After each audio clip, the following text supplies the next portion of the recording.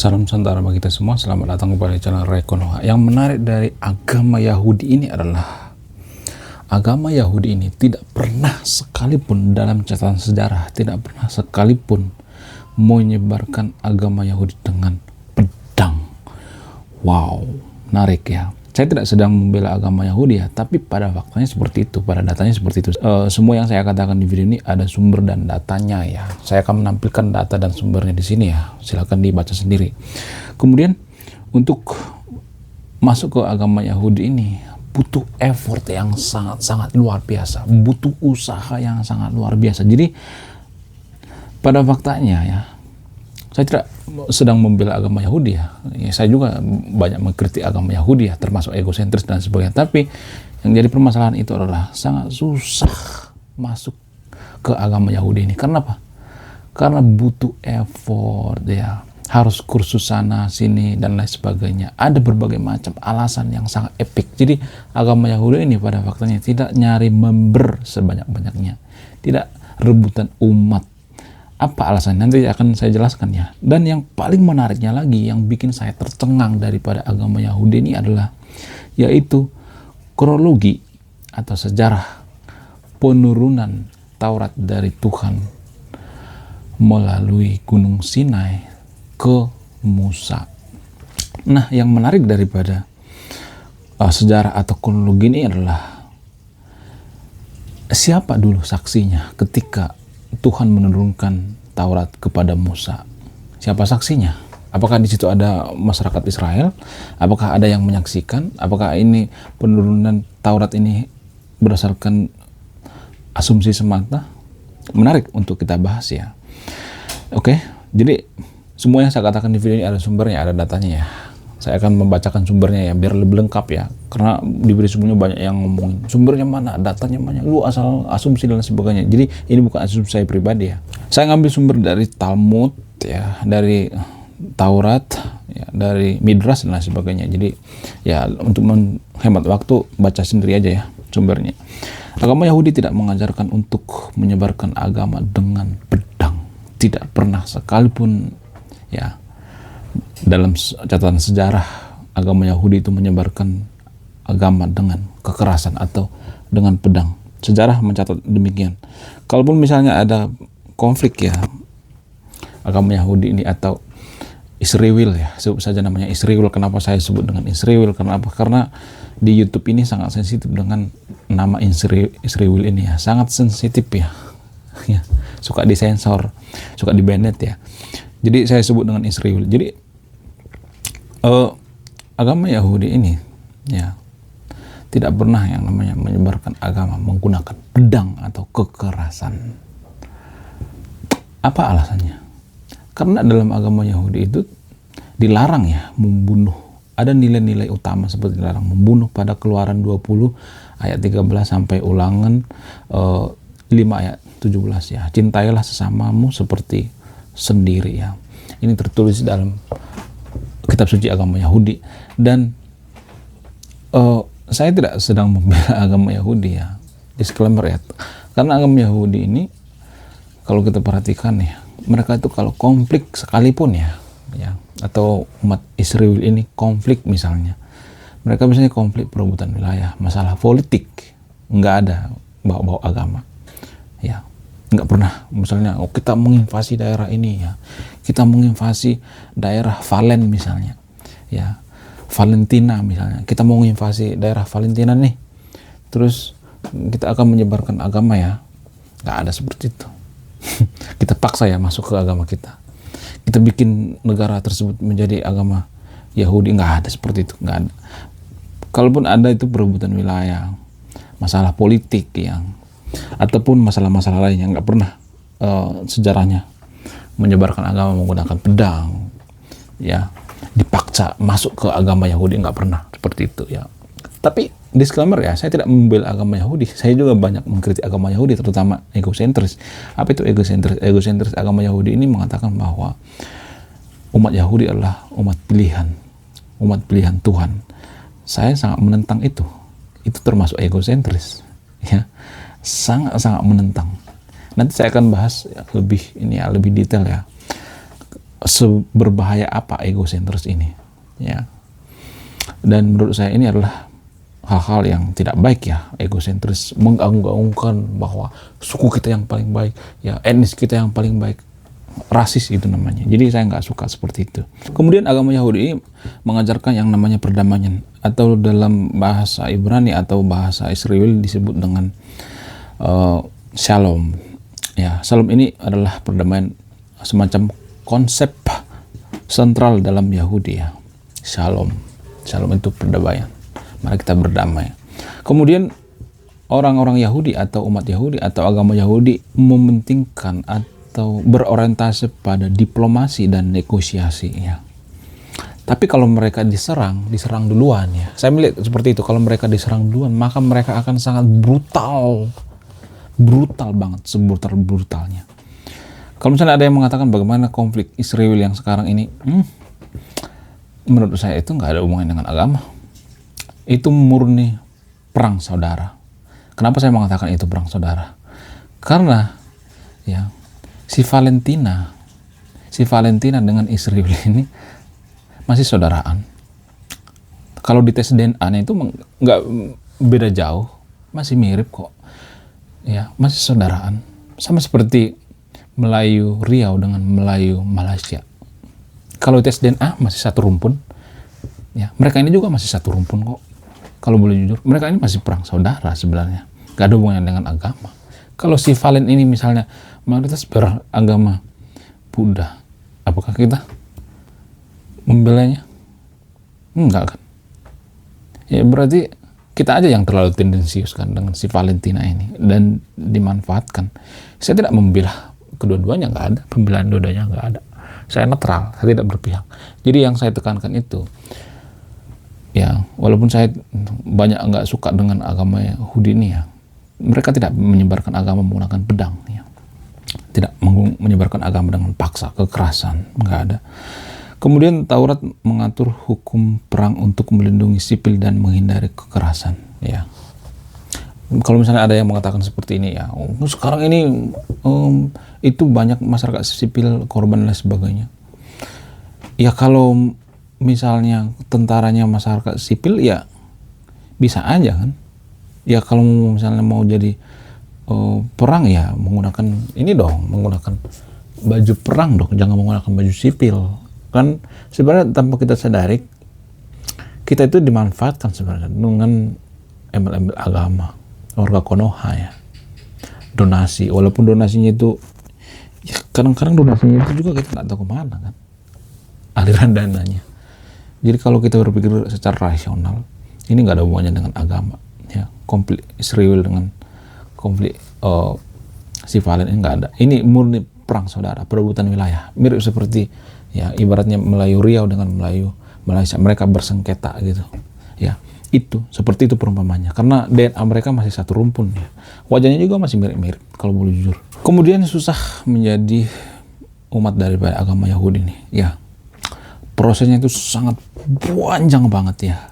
Agama Yahudi ini, ya, mengkonversi sangat sulit, ya, dan panjang banget, ya. Butuh effort yang luar biasa. Kita dites, ya, kursus sana sini. Jadi ibarat masuk ke agama Yahudi ini sama seperti masuk PNS gitu, susah.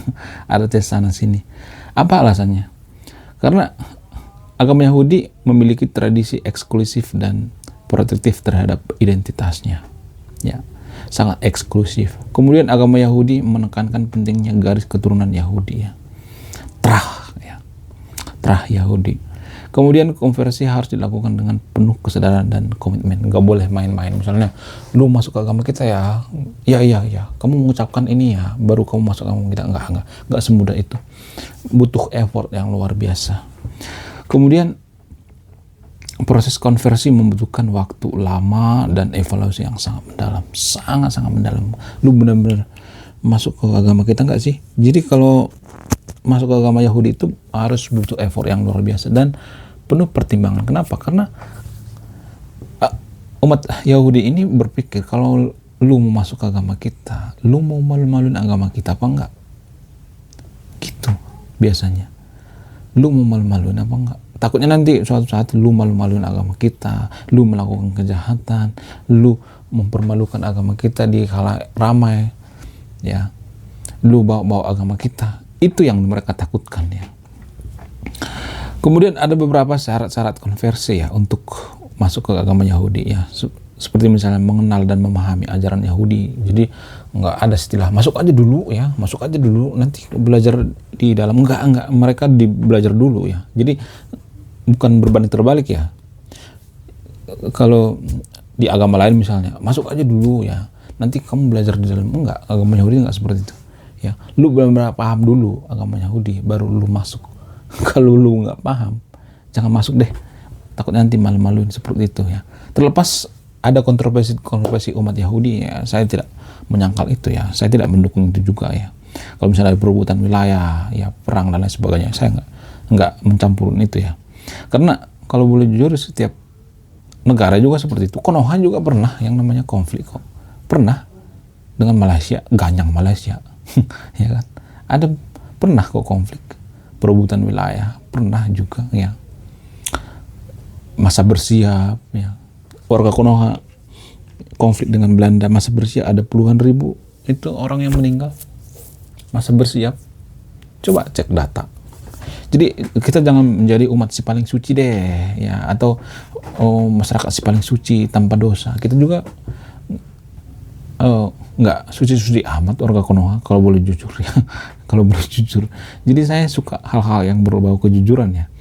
Kemudian agama Yahudi menekankan pentingnya garis keturunan Yahudi, ya. Sangat-sangat menekankan yang namanya garis keturunan Yahudi. Kemudian menghadiri khusus konversi, ya, menjalani praktik ibadah Yahudi, ya, menghadapi evaluasi oleh rabi itu semacam pemuka agama, ya, ustadz atau pendeta, ya, menjalani ritual sunat, ya, ada ritual sunat juga dalam agama Yahudi. Kemudian menghadapi prosedur konversi di pengadilan rabbanik, ya. Jadi ini sangat-sangat susah, butuh effort yang sangat luar biasa, sangat-sangat luar biasa. Ada berbagai konversi misalnya, konversi ortodoks, ya, yang paling ketat dan sangat-sangat tradisional. Kemudian konversi konservatif, ya, lebih moderat, konversi moderasi lebih liberal dan lain sebagainya. Ada yang moderat, ada yang liberal, ya. Jadi apa yang mereka pikirkan, kenapa sedemikian beratnya masuk ke agama ini, seperti masuk tentara gitu, masuk PNS, masuk polisi. Butuh effort yang sangat luar biasa. Untuk apa? Komitmen jangka panjang. Mereka tidak mau mengidam-idamkan, atau mereka tidak membutuhkan yang namanya kuantitas tapi kualitas. Gak apa-apa dikit, yang penting berkualitas. Itu yang dipikirkan oleh umat Yahudi ini. Nggak usah banyak-banyakin member gitu, nggak usah banyak-banyakin umat. Ngapain kita berebut umat, ya, dikit aja dulu, yang penting berkualitas. Itu dalam pikiran agama Yahudi ini. Kemudian kenapa Tuhan menurunkan Taurat kepada Musa? Dalam agama Yahudi itu kan Musa itu adalah tokoh yang sangat sentral, yang sangat-sangat penting, ya, perannya. Kenapa Tuhan menurunkan Taurat ke Musa? Apa alasannya? Menurut agama Yahudi, Tuhan menurunkan Taurat ke Musa itu, ya, karena beberapa alasan. Seperti misalnya alasan teologis, ya, untuk memberikan pedoman hidup bagi umat Israel. Wow, luar biasa. Kemudian menyatakan kehendak dan keinginan Tuhan. Tuhan ingin mengatakan kehendak yang sangat dalam ke umat pilihan Tuhan, katanya, yaitu umat Israel.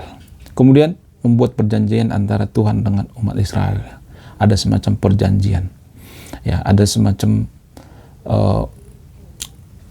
perjanjian, dan perjanjian ini nggak boleh dilanggar, ya, ada konsekuensi juga. Apa tujuannya? Tujuan menurunkan Taurat ini untuk memperbaiki moral dan spiritual, ya, mengajarkan keadilan, kesetaraan, dan kasih sayang. Tujuannya baik sih, ya. Tuhan menurunkan Taurat ke Musa, membentuk karakter dan moralitas umat Israel, ya, menyediakan jalan untuk mendekati Tuhan, ya. Kemudian ada alasan yang sangat historis misalnya. Selain daripada alasan teologis tadi, ada alasan yang sangat historis. Apa itu? Mengakhiri perbudakan di Mesir, ya, membuat umat Israel menjadi bangsa yang berdiri sendiri, berdikari sendiri, punya negara sendiri. Makanya Israel itu sampai sekarang mendambakan yang namanya negara yang sangat kuat, ya. Ya, terbukti sekarang ini Israel adalah negara maju, ya, salah satu negara maju. Karena apa? Karena SDM mereka juga sih. Karena dalam agama Yahudi ini, kebodohan itu adalah dosa. Ya, dalam agama Yahudi ini kebodohan adalah dosa. Kalau kita bodoh itu dianggap aib, ya. Makanya mereka itu kalau mau masuk ke agama Yahudi itu susah, nggak boleh sembarangan. Ya, nggak, butuh effort yang luar biasa. Kemudian menegakkan hukum dan tatanan sosial, ya. Itu alasannya. Dan semua ini tertulis pada ayat-ayat kitab suci, ya.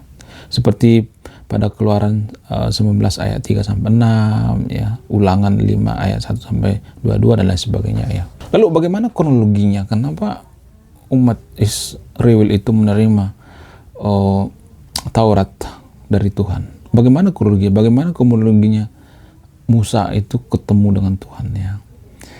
Yang pertama itu umat Israel, ya, tiba di Gunung Sinai. Tertulis pada Keluaran 19 ayat 1 sampai 25. Musa naik gunung untuk bertemu dengan Tuhan. Wow, luar biasa. Ini momen-momen yang sangat menegangkan, ya. Tuhan menawarkan perjanjian kepada umat Israel. Kemudian, ya, umat Israel menerima perjanjian. Tuhan memerintahkan Musa untuk menyucikan umat. Wow, luar biasa.